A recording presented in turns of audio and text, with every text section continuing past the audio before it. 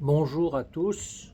Aujourd'hui, je voudrais vous parler d'un appareillage que je connais depuis les années 80 et que j'ai utilisé à mon cabinet à l'époque pour améliorer le confort et la réactivité de beaucoup de patients et surtout de jeunes enfants cancéreux.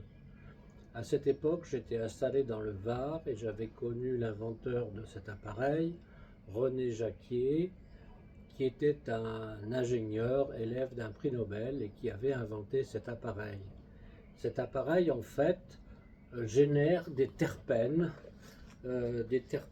qui se combinent à l'hémoglobine et provoquent un complexe d'oxy-alpha-pinène hémoglobine qui peut être considéré comme un véritable vecteur de l'absorption d'oxygène.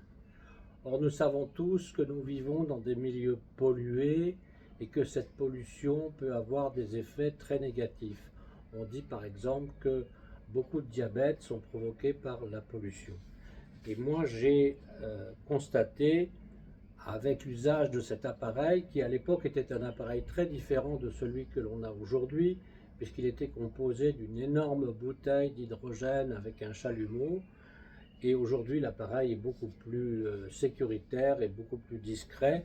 J'ai constaté globalement une amélioration de toutes les infections de la sphère ORL, une amélioration de toutes les insuffisances respiratoires, une amélioration de tous les problèmes de cicatrisation et de vieillissement de la peau, une amélioration du sommeil, une aide à la perte du poids et une amélioration justement de ces fameux diabètes, et une augmentation de la vitalité globale et une amélioration du stress, des dépressions légères et même des fonctions cognitives.